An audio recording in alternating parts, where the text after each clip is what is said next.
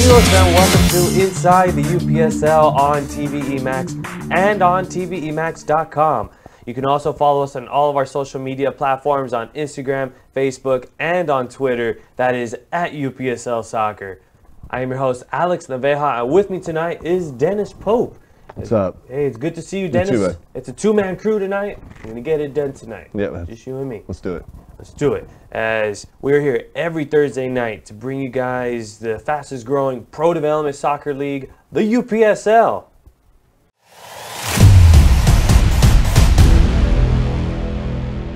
Now we'd like to welcome you into Off the Top, where we have the top 3 stories of lower division soccer. And Florida Soccer Soldiers doing some big things and winning a great game, winning that one 5-4. What were your thoughts on that one? What a wild ride. Break it down. Oh, it was something else. You know, they won the shootout 5-4, but even getting to that point was an epic. They went up to North Carolina, played Charlotte Independence of USL League One, and they really took it to them. Surprised a lot of people. A lot of people after the fact said Charlotte's kind of down right now, and Soccer Soldiers took advantage of them. Be that as it may, these are two teams that are 3 at least divisions apart, and Soccer Soldiers gave them everything that they could handle. Took it to double overtime, scored the late equalizer in the 100 and something minutes to get it to the point where they went to the shootout, and then they did the most audacious thing possible, and they sent their goalkeeper up to kick first. And not only did he score, but he did it with style, scoring a Panenka goal. It just, you know, I think it set the internet on fire right there. That everybody was saying Soccer Soldiers, what are they doing? Who's this team? And it's just phenomenal that Soccer Soldiers is carrying now the mantle for the UPSL going forward. It was a great game. I think everybody who watched it on ESPN Plus really appreciated being able to see that game. I think that's what the Open Cup and the magic of the Open Cup is about, is those cup sets, as it were.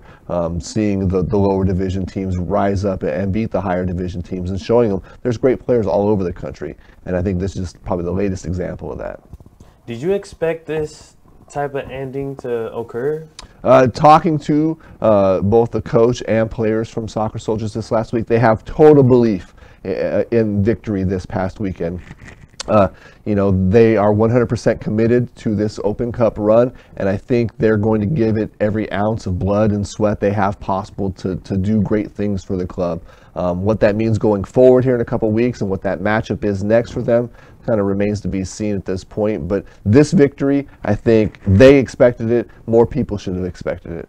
And you talked about the Florida Soccer Soldiers being the only UPSL team, as Cal FC did go down in their next round, playing against it was Las Vegas Lights. Yep. Going down on that one, and it looked like Eric Winalda knowing all about Cal FC's sluggers and knowing how to deal with these guys. You were shocked about that as well? That one was a little bit surprising that Cal FC didn't come away with a little bit more in that game. They obviously deserved it. They played great. First half, they dominated possession. They were really good on the ball.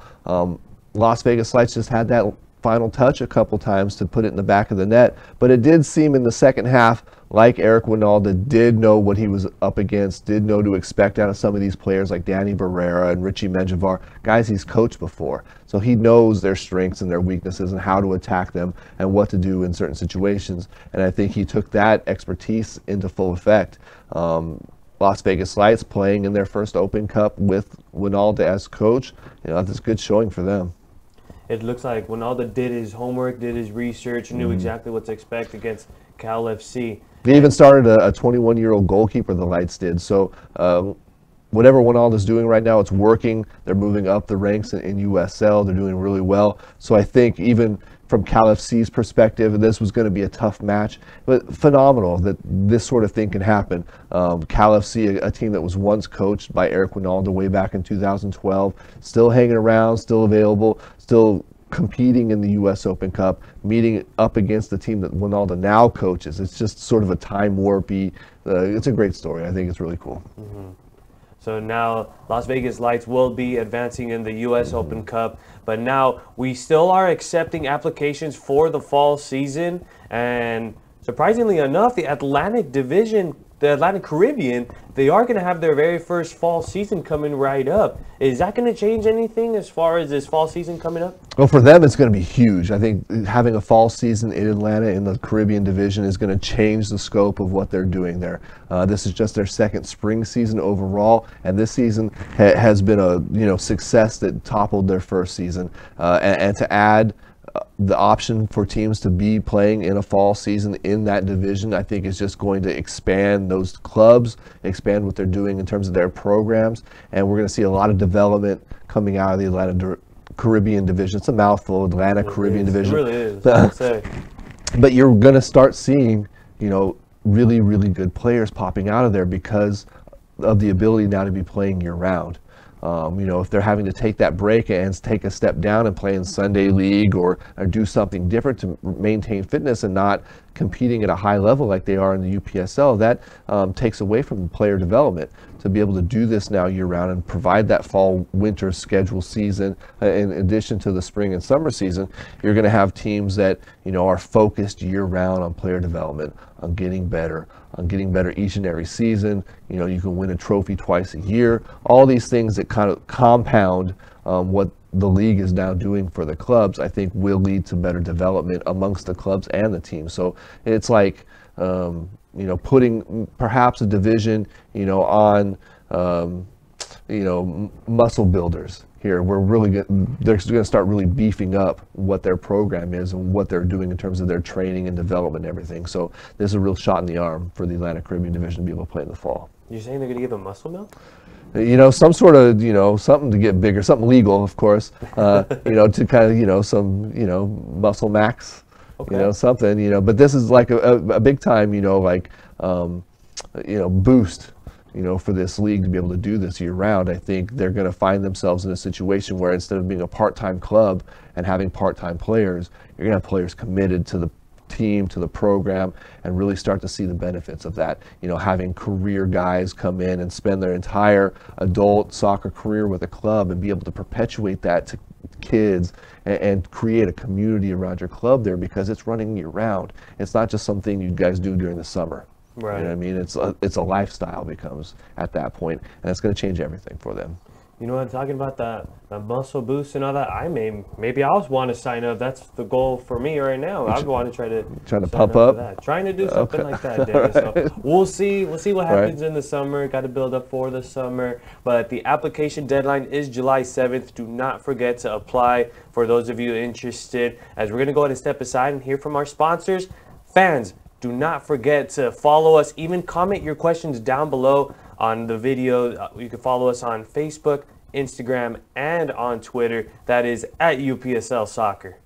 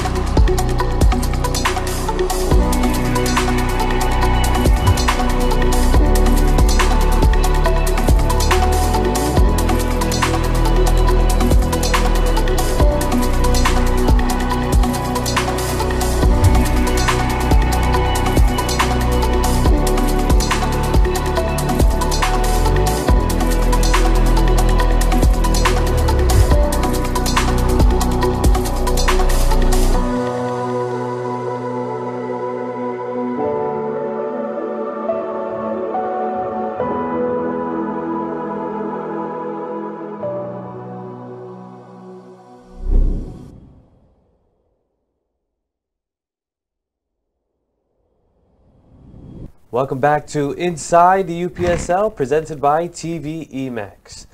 The Florida Soccer Soldiers victory was so insane that Lee Ifans just had to share his reactions over in the video chat. Check it out.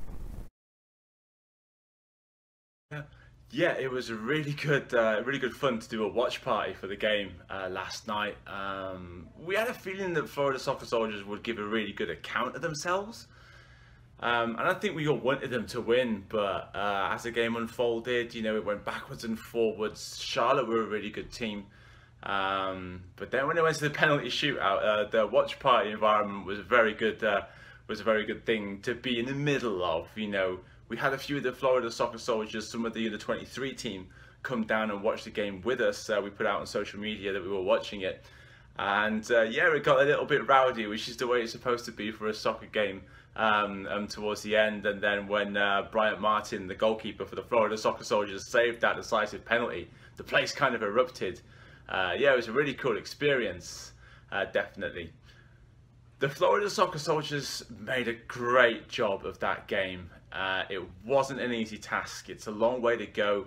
You know, this is a semi-professional team, so a lot of people, you know, have to clear with work or what have you, or school, to go up there. They went up there the day before as well. You know, approached it very professionally, and I think that probably stood them in good stead because they were there, they were fresh, they were ready to go. And you know, there's that thing where you kind of feel like you know, a big-time soccer player when you go into travel to another state to play in the game. So I think that probably helped them massively, and I think that they got what they deserved. It was an even game.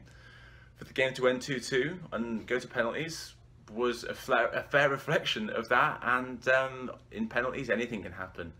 But we've been watching, you know, us in the UPSL, and especially down in the UPSL South here, we've been watching this team and we know how good they are, and we knew they were capable of this kind of result. We knew they were capable of the same thing against Miami FC, and they did it now against Charlotte. So we'll have to see now what happens in the next round. But then it's back to business down here in UPSL, just to, in the Florida South. Just to wrap that up a little bit, we have coming to the crunch part of the season. A very exciting game on Friday between Port St. Lucie United and Boca Raton FC in the Palm Beach Division. That could decide who wins the regular season. Palm Beach Spartans are still in the mix there as well. So follow those results. And then down in the Day Division, yeah, it's still a battle between the Florida Soccer Soldiers Red Force as well and Miami Sun, who can't be counted out. So, you know, the Florida Soccer Soldiers are going to be enjoying this experience, but they've got to get back into making sure they finish well in the Division 2. But those boys did well. They can really play. Everyone knows it now. Everyone's seen it. And they're a good technical side. And it wouldn't surprise me if they maybe pull off a little bit of a shock when they go back up north. We'll have to wait and see. But keep your eye on the Florida South Division as well. Great to talk to you guys.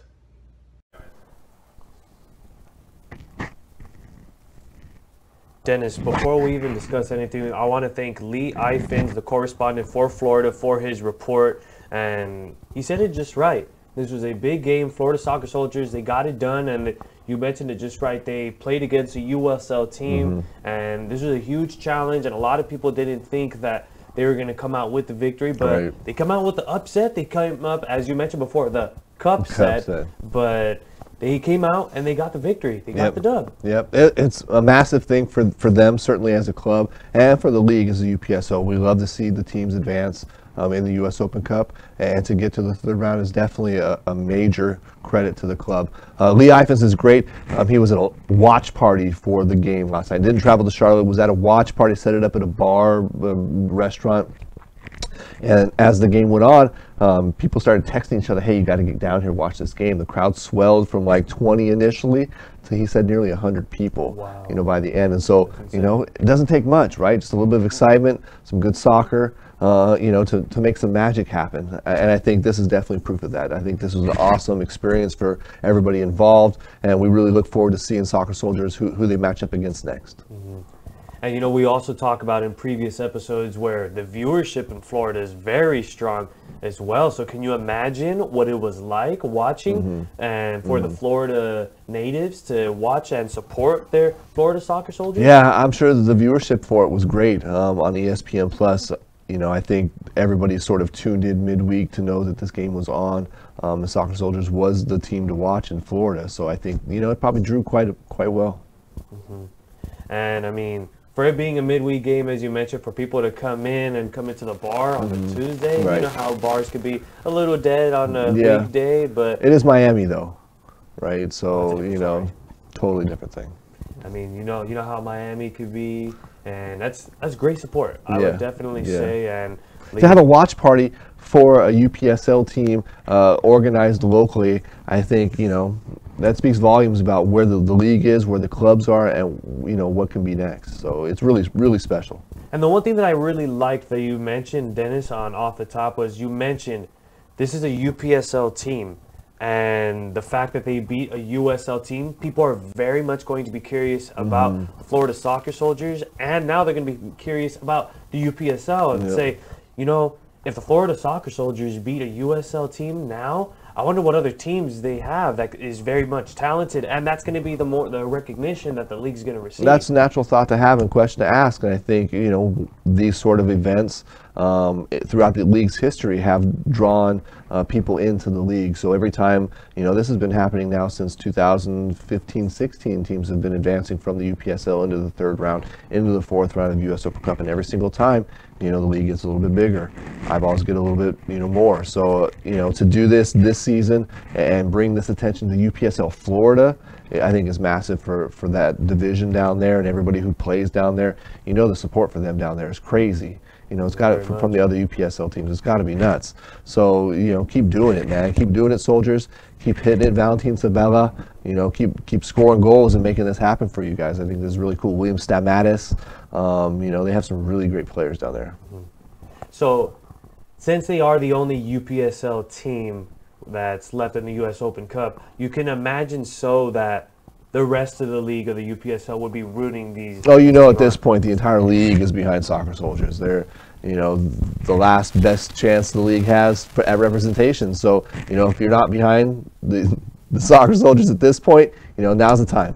So, what can we expect for the next game? I mean, you have the confidence already that you made it this far and winning it in a dramatic fashion, I would say, for the Florida Soccer Soldiers. What can you expect moving on to the next round? Well, to maintain momentum, that's the main thing. So they're going to have to come back into league play, probably play a couple of league matches, keep the level high, keep training level high, keep everything high, because from here on out, the teams are going to get tougher, the rosters are going to get deeper, more talented, the challenge is tougher. So I think you constantly going to have to raise your level as you go, and it's going to get more difficult. So it's not so much about, what do they do next, is, can they get better every day? That's probably the main thing, is how do they get better every day? And if you can achieve that, then I think you stand as good a chance as anybody. So, they're soccer teams at the end of the day, right? You're going up against another group of guys. What's the fear? Is there fear? Just because they play in a higher level or league or, have a more prominent name, does that really change things on the field? Not at all. So I think that's the mindset that Soldiers will take, into games like this. And it proves, they're already proving that they have that mindset to take down the teams that they've taken down already. So this is not counting the game that they won via forfeit over America Soccer Club. This is their 5th victory in U.S. Open Cup tournament play this year. So they're doing the right things. And I think you just keep doing what you're doing at this point. You're successful so far. They're grinding. They're finding ways to win. And I think that's all a good team can do. Right? So they're really, they're finding Daniel Godoy is really, got his fingers into this team, knows how to push their buttons and knows these players very well, has brought in a ton of these players, handpicked a bunch of these players. And so I think he's sort of the mad genius behind all of this at this point. And he's proving to be, he's already been called the Pep Guardiola of the UPSL. And I think, they win another game here in US Open Cup play perhaps, and, he's going to receive a lot of attention, from higher levels. He's already coached, in the NPSL, and done some other things, but I think, you know, long Open Cup runs really raised the profile of the players in the team, just the same as, you know, playing in the playoffs in the NBA really raises the profile of players and teams, or playing in the NCAA tournament raises, you know, the level of players and teams. So, you know, it's the same sort of effect media-wise that this has. And Daniel Godoy, I think, stands the best chance at sort of taking this to something next, you know, because he's the mad genius, you know, behind all of this. So he knows what he has planned, he knows what he's doing and has in store for these guys. The group of players that Soldiers is playing with is varied. You know, I think is the best way to put it. They have former professionals, they have young guys. It's all over the map, so you can't really sort of pigeonhole what is next for sort of each player. You know, some players still have, you know, long careers ahead of them. Some of them are winding down their careers. But Daniel Godoy, you know, he's in his early 40s. And I think he stands the best chance of really, you know, becoming something prolific in terms of coaching out of this. So for all of you UPSL fans, make sure to have your eyes on the Florida Soccer Soldiers and see what's coming up for them, and make sure to cheer them on. But we're going to go ahead and step aside. But when we come back, we'll have the Maikuju Goals of the Week coming right up. Mr. John manages a small football club with just a few followers. Every day he wonders, how can I attract more supporters? Internet is the answer, but a channel is time-consuming, expensive, and hard to maintain. Everything has changed since Mr. John met Maikujo, the football broadcasting solution for small and medium-sized clubs and leagues. Mr. John noticed how everything has started to change quickly when supporters and fans began to arrive. If you want your club to enjoy the same benefits as Mr. John's, sign up with Maikujo.tv. Attract more followers for your club and empower its business now. Maikujo, democratization of football broadcasting. Maikujo.tv. Welcome back to Inside the UPSL, presented by TV Emax. And now it's the Maikuju Goals of the Week, presented by The Right Stuff, the UPSL official partner.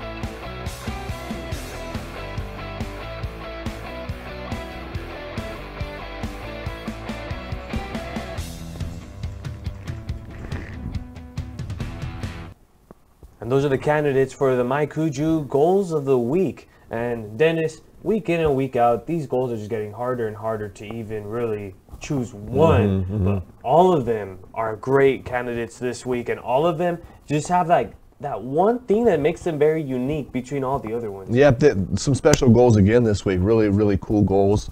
Some of my favorites from this week were the last two. The Ash Muhammad goal for Vlora City. You know, his little shimmy shake like you do, the whoop, and then he hit it top, and that was a great goal. And then he scored 3 goals in that game. and that's just a phenomenal, to have that kind of goal and also have a hat trick in that game. What a game for that guy. And then the last player for Boca Raton City, Ryan Price, had 4 goals in that game. If you watch that goal, see it over and over again, what he does to that defender and what he does to that goalkeeper, I mean, just playing him like a fiddle. Amazing goal. So yeah, be sure to vote. Voting ends Thursday night at 11:59 p.m. So make sure you do get those votes in. Right now, not exactly sure which goal is leading, but I think it's the long distance one from Chris Molina. I'm not exactly sure up to date which one is which. Which one's leading at the moment, did you say? Oh, we don't have that information yet. So anyway, make sure you make the votes. The vote this week, the last few weeks have been up over 200 votes. We want to keep getting those kind of numbers in. It's been good. It's been good so far. And last week was a very close race as well. Very, very close. Very close. Yeah. So, I mean, the more votes that people could get in, the more interesting it becomes. But, just really quick to talk about the Ryan Price shot. It looks like something you see from like Mario Strikers or Mario Soccer or something. You just see it just bouncing it right over the goalie, and you just see him just kick it in, and he's wide open right there. Amazing control. Really, yeah, it's really a fantastic goal. I think that one deserves a lot of credit just for the individual effort that player gave.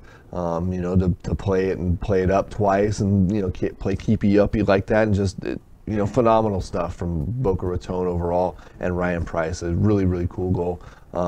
Yeah, you said it, man. The goals keep getting better and better every week. I don't know how they're going to top it next week, but I'm sure they will. But not to take any credit away from Jonathan Ayala with that first shot. That's right, Jonathan Ayala. Jonathan Ayala came up with a shot and was able to curve it in, and he was at least on the side of the right, with a scissor kick too, a little one-time scissor kick action he had for Contra Costa. That was a pretty sweet goal too. Like, they're all great in their own way, right? They all got that little moment of magic. So yeah, some really cool stuff. And the Right Stuff, again, sponsoring the whole promotion. Can't thank them enough. Each week they're sending the winner a prize pack.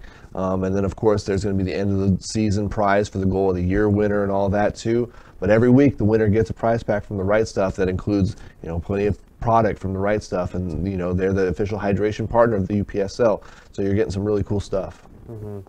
And if you guys want to be a part of the magic as well, the polls will close at 11:59 p.m. tonight. You guys can vote on Twitter and even on Facebook. Don't forget to vote tonight and help out any of these players to win from the prizes from the Right Stuff. But we're going to go ahead and step aside. But when we come back, it'll be time for Dennis and I to throw on our swing shoes.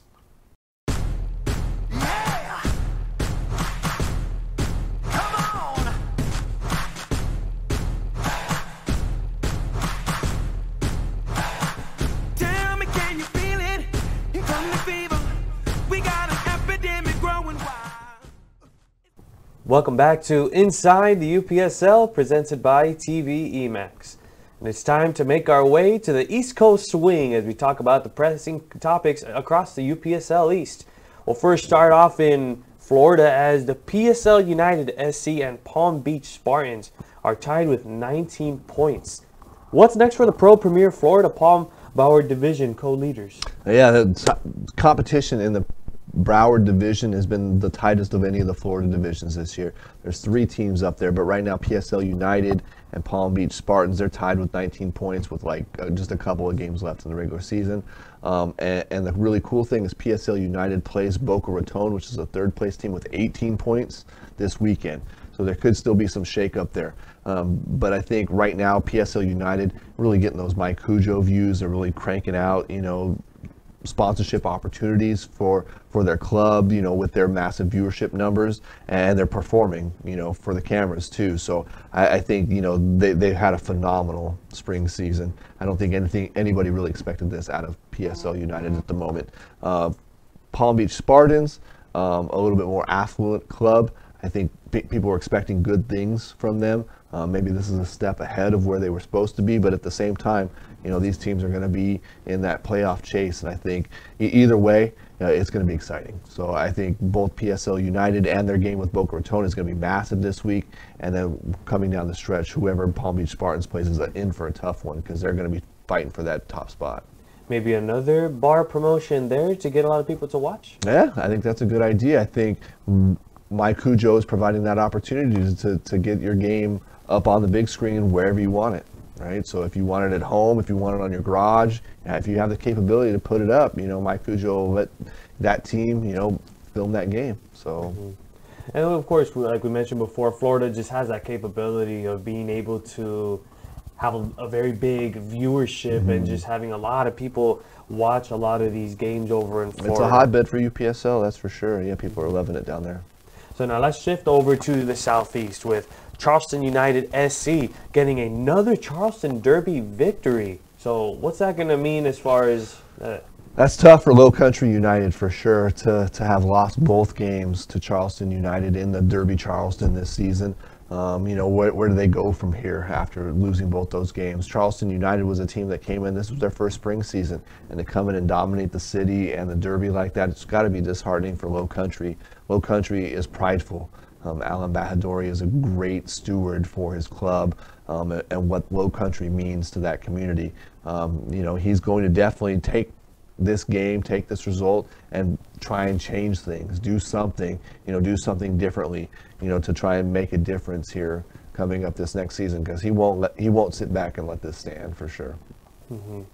So now let's talk a little bit about the Atlanta Caribbean, as the Honduras 5 Stars knocking on the division leaders as far as the top of the tables.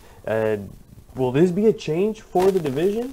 Well, they won this past weekend to really keep the pressure on Forest Rovers, and they're really proving over the course of the season that they can hang with the best teams in the Atlanta Caribbean Division. They have a certain style that they play, certainly being Honduran, and they're showing that is effective in that division against those teams who may or may not have seen that before, or maybe not at this caliber that 5 Stars is producing. So they're really clicking. They've won a bunch of games in a row, or they're unbeaten over a 5-game stretch now, and they're just doing productive things to move themselves up the table. I think they're as much a favorite as Forest Rovers is at this point. They're 1 point difference. So I think, going down the stretch, if you're going to put, something on Honduras 5 Stars, that's a good bet. So do you see them as the top team in that division, or is it still going to be as close as it's been? For a newcomer to come in, but Forest Rovers the same thing. They're an expansion team too. They just have a little bit more of a foundation in that division, and sort of an already developed notion of what the Atlanta Caribbean and what Forest Rovers is. Honduras 5 Star, they're coming from a different segment of that Atlanta soccer population. They're clearly have a different influence, and I think that is proving positive for them. I think having teams in there with that Hispanic Latin flavor is going to change the way that division works, and I think it's good. Whether or not they finish first or second, they're probably going to play in a division playoff and get a chance to show that that they can be champions one way or the other. So now let's move over to the Northeast with the Philadelphia Lone Stars and the New Jersey Teamsters drawing the 1-1 draw over the weekend. Do you think the hangover is still there for the Lone Stars after that controversial offsides call? The US that was a tough game and a tough way to lose for Lone Star in the first round of the U.S. Open Cup, and to come back and get a point against New Jersey Teamsters in a league match really shows their commitment to the league structure, playing in the UPSL, and still demanding quality, out of the team that plays in the UPSL. But the whole club is down after that. That was a massive loss for them, and to have scored a goal like that to potentially tie the game, get called for offside, and it was a marginal call, and of course there's no VAR or any way to review it. It just is what it is, right? And they have to move on. They didn't have a choice, and still find the energy and the resolve to come back on the weekend and get a 1-1, basically what probably feels like a win for them, considering the week that they've had. It shows Lone Star's quality. They are, that top-level team that can play in both the NPSL and the UPSL. They are that team that can compete in the U.S. Open Cup at a high level, and they can come back from devastating losses and still get results. And they're proving that they're one of the top teams in the league. How do you progress and move on from something like that if you are the Lone Stars?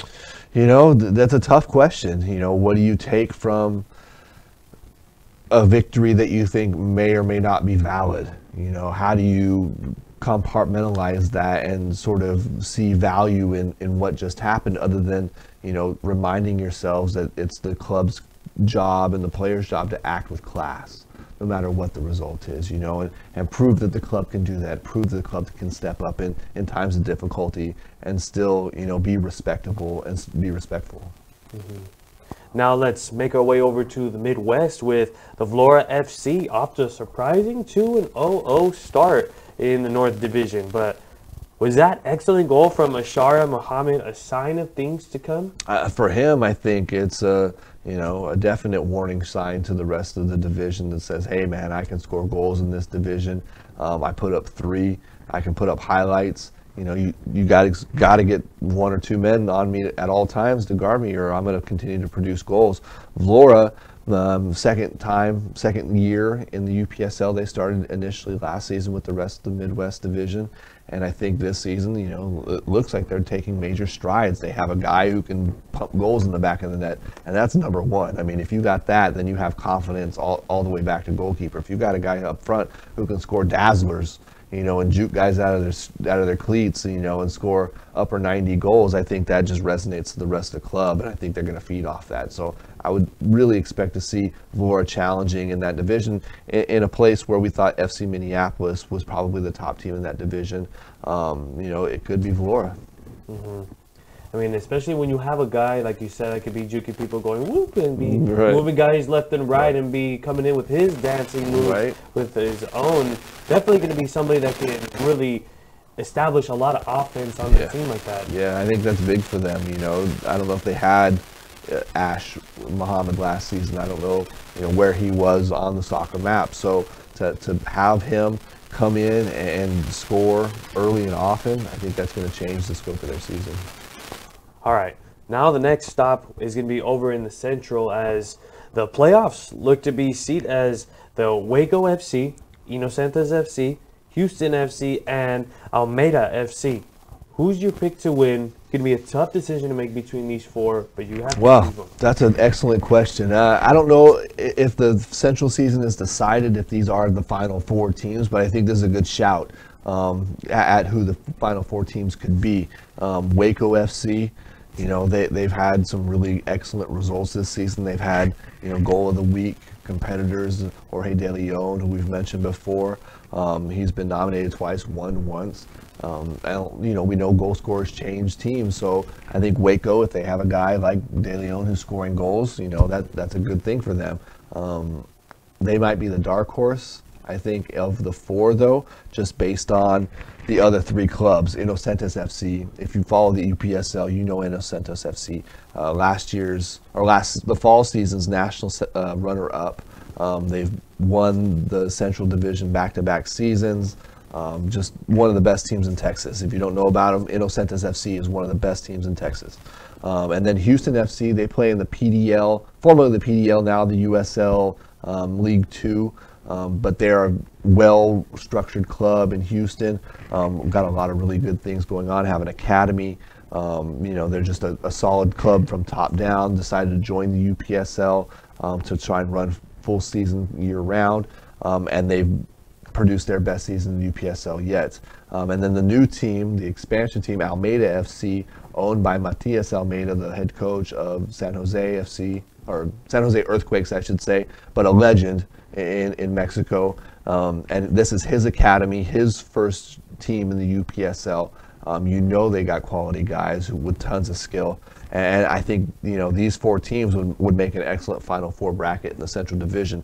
But my head says, don't be stupid. This is Inocentes. You know, they own the Central Division. There's no way, you know, if they're in the playoffs, that they're going to walk away not winning. But the quality is rising so quickly in the Central Division that, you know, who knows? Who really knows what happens when they get down on the field? Which one of these teams is honestly and earnestly better. You know, could it be Almeyda? Do they have some tricks up their sleeve? You know, Houston FC, you know they got good players. And WACO, we know they got a guy that can score goals. But we know Inocentes FC. We know they have Oscar Romero. They know, you know, all about the rest of the league. So they have experience on their side, and they got great players. So, you know, if I was to say I had to pick one, it would be Inocentes. If I had to pick one of the other three, you know, and say, okay, you know, we know about Inocentes, and pick one of the other three, I would probably pick Houston FC just based upon the pedigree. So I guess in this decision, I would probably pick safely, and it would probably be Inocentes or Houston FC. Well, I can't ask you if we were to eliminate Inocentes. You already beat me to the chase. Yeah, okay. There, so I Fair can't enough. ask you anymore. Fair enough. You beat me to the chase, but that's going to conclude the East Coast swing. But when we come back, we'll make our way to the UPSL. What's up?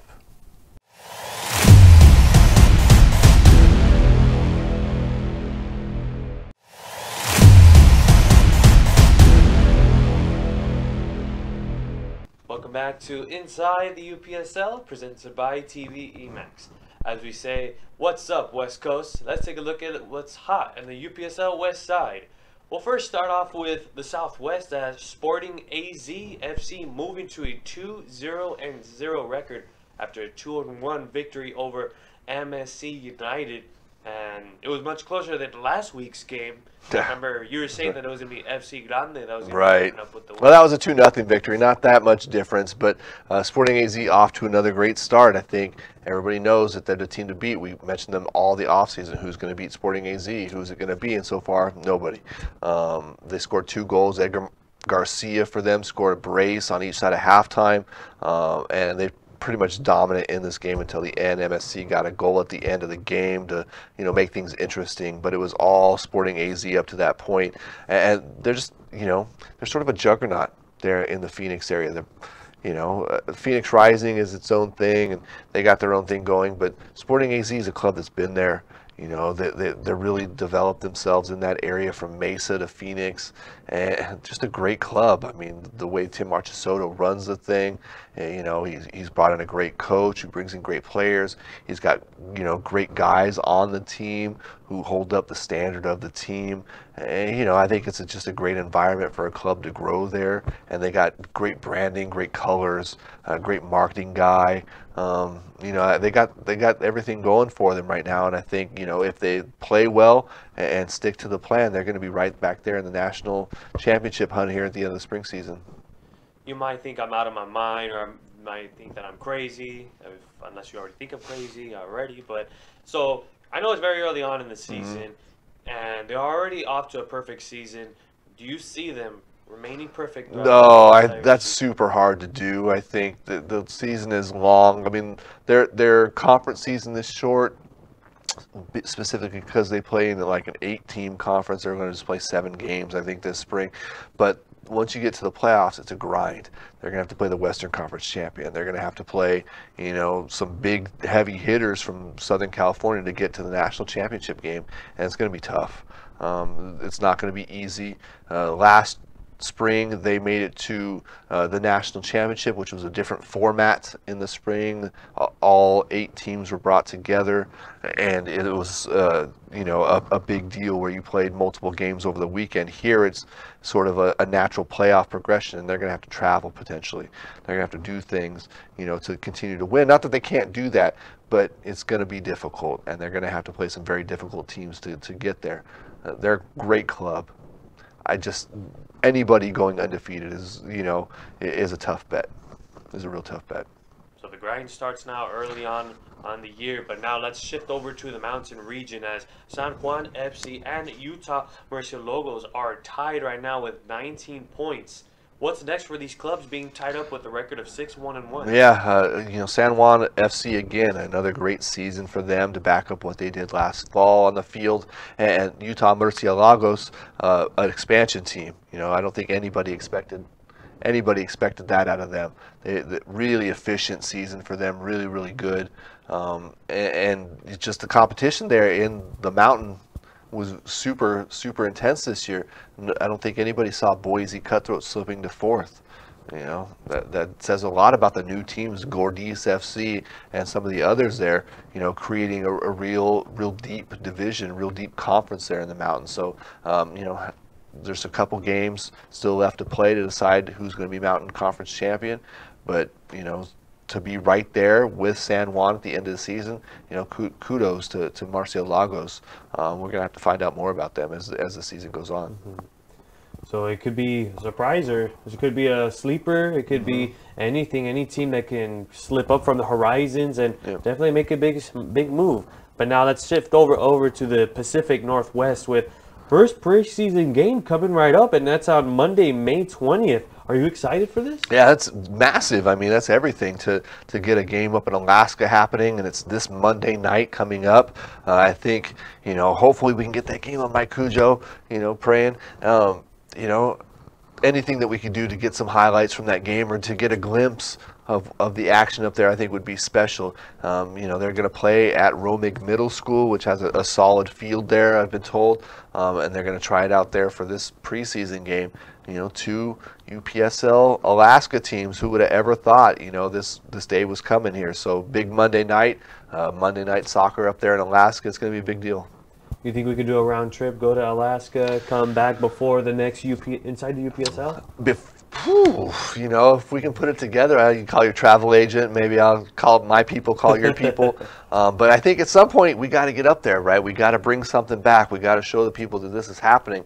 You know, if my Cujo's not happening yet, you know, we're going to have to go up there and get some footage or find a way to get some footage so we can see it. We can bring it to the people.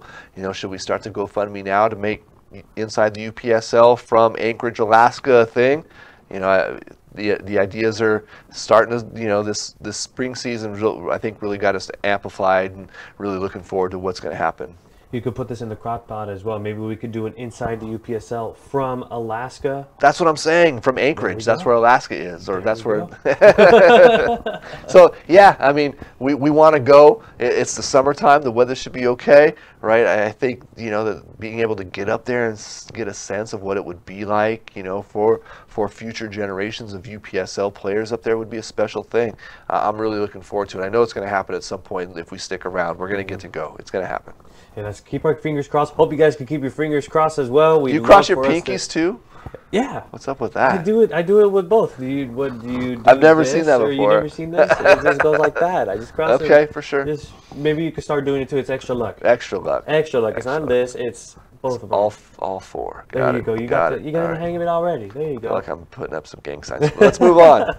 So now let's talk about some NorCal, as Contra Costa FC now leads the way with 3 games to go. Who's going to come up to the top? Who wants it more? They've really elevated themselves here this last week with a victory in Pajaro Valley. You know, still right there.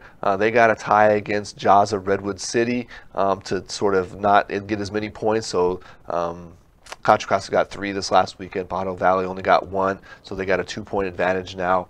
Still anybody's conference to win, but like we talked about last week, I think Contra Costa is going to begin here this last few weeks to show their level. You know, to show that they can hang and they can play a full season and get the job done. We haven't seen that yet from Pajaro Valley. I think this is the point where they start to hit the wall and start to sort of fade a little. They might be right there at the end of the season, but I still think this is Contra Costa's conference and division, Wild West division, to win. So how do you think it'll be a very close margin over there in NorCal, or do you think it'll be Contra Costa going to be taking? I think it's going to be kind of comfortable, 3-4 points, maybe as many as 5 points here at the end of the season. Okay. Yeah. So now, last stop, we do have SoCal as the championship tiers. Alta California Soul and InGen Total Football earning the promotion in the Pro Premier and fall season. Who's going to win this matchup? Well, they don't play, right? They earn automatic promotion from each the SoCal championship tiers, the North and the South. Alta California Soul was the championship tier North, SoCal North Division champion, so they earn automatic promotion. InGen Total Football was the South Division champion, so they earn automatic promotion. And then there will be a promotion playoff, so teams 2 and 3 from each division will match up against, conversely, teams 2 and 3 from the other division, and that'll be for the last promotion spot to Pro Premier. So there'll be one more promotion spot still to play. Alta California Sol got out to that great start that we all talked about, right? They were unbeaten through, what, 8 games, 9 games, something like that, before they kind of hit a couple of bumps.